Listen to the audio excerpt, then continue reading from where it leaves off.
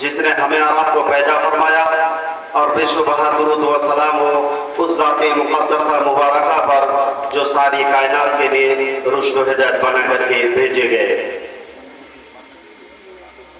نہایت معزز و موقر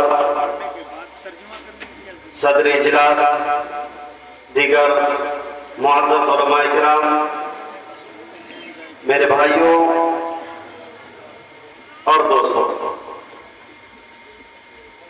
میں نے جو آیت کریمہ تلاوت کی ہے، اللہ تبارک و تعالیٰ نے فرمایا کہ وَمَنْ أَعْرَضَ عَنْ ذِكْرِي فَإِنَّ لَهُ مَعِيشَةً ضَنْكًا، جو ہمارے ذکر سے اعراض کرے گا۔ ذکر سے مراد قرآن کریم ہے۔ اس ذکر سے جو بھی اعراض کرے گا فَإِنَّ لَهُ مَعِيشَةً ضَنْكًا، ہم اس کی زندگی کو تنگ کر دیں گے۔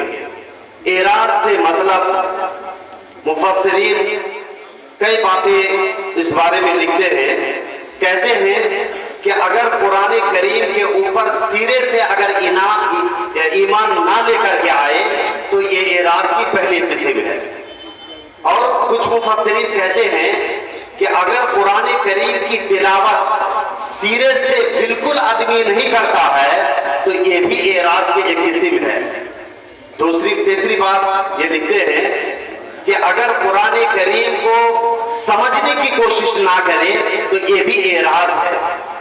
اسی طریقے سے چوتھی بات مفسرین لکھتے ہیں کہ قرآن کریم کی بات آ جانے کے بعد اگر دوسری بات کو یا دوسری کتاب کو اگر فوقیت دے تو یہ بھی اعراض میں سے ہے۔ مثال کے طور پر اگر ہم قرآن کریم کے بجائے اگر لائے عمل اگر ہم دوسری کتاب کو بناتے ہیں، یا تو ہم چلتے پھرتے اٹھتے بیٹھتے ہم دوسری کتاب کو پڑھتے ہیں، یا تو ہم نصیحت کرتے ہیں کہ اس کتاب کو پڑھا جائے، جیسا کہ ہمارے آج سماج کے اندر مسلم سماج کے اندر ہے کہ اگر دیوبندی جماعت سے تعلق رکھتے ہیں تو وہ فضائل اعمال پڑھے گا، اگر وہ بریلی جماعت سے تعلق رکھتے ہیں تو فیضان سنت پڑھے گا۔ تو ایسی بات نہیں ہے میرے بھائیوں، قرآن کریم کی تلاوت کرنا، اس کو سمجھانا اور سمجھنے کی آج ضرورت ہے۔ حضرت جابر بن سمرہ رضی اللہ تعالیٰ عنہ کی بیہقی میں ایک روایت موجود ہے، نبی کریم صلی اللہ علیہ وسلم نے فرمایا کہ اللہ کے نبی صلی اللہ علیہ وسلم کے پاس آ کر کے حضرت عمر بن خطاب رضی اللہ تعالیٰ عنہ تورات کا نسخہ لا کر کے پڑھنا شروع کر دیا۔ اللہ کے نبی صلی اللہ علیہ وسلم کا چہرہ متغیر ہو گیا۔ حضرت ابو بکر رضی اللہ تعالیٰ عنہ تشریف لائے اور فرمایا اے عمر، کیا تم نبی کریم صلی اللہ علیہ وسلم کا چہرہ نہیں دیکھتے ہو کہ تمہارے تورات پڑھنے کی وجہ سے اللہ کے نبی صلی اللہ علیہ وسلم کا چہرہ متغیر ہو چکا ہے؟ فوراً حضرت عمر بن خطاب رضی اللہ تعالیٰ عنہ فرماتے ہیں کہ رضیت باللہ ربا وبالاسلام دینا وبمحمد صلی اللہ علیہ وسلم، یہ بات کا اقرار کرتے ہیں۔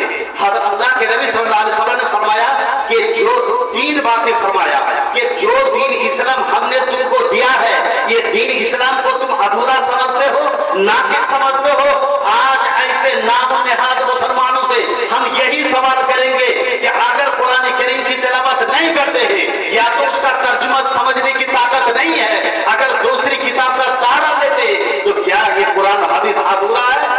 یہ تمہارے اور ہمارے مولوی کی لکھی ہوئی بات ہی سب سے اعلیٰ اور افضل ہے؟